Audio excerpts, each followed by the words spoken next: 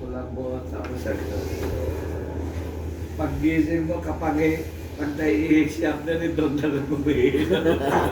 Sabi ko, talang pakialam sa buwan.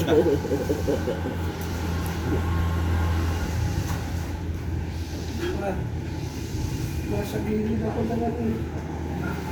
Ngayon, pag-ikat na ng lamok kasi di ba kapag yung nailalabas mo lang sa kulambo dito na. Oo. Kaano nang... Karalong lang. Maski na nakakatulog ka rin.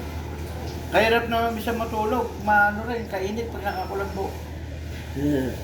Si Jane. Ay, naka-airport yan, naka-ano Ah. nakatutok, dalawang ano. Di makatulog pag walang ventilador. Dalawang ventilador na nakatutok. Pero nakakulagbo. Ah. Ayaw naman tumagos din kasi yung ano. Ha? Ayaw tumagos yung hangin na electric pa na Si napagsigal. Jen noon, ang tagal na ng hospital nung bata.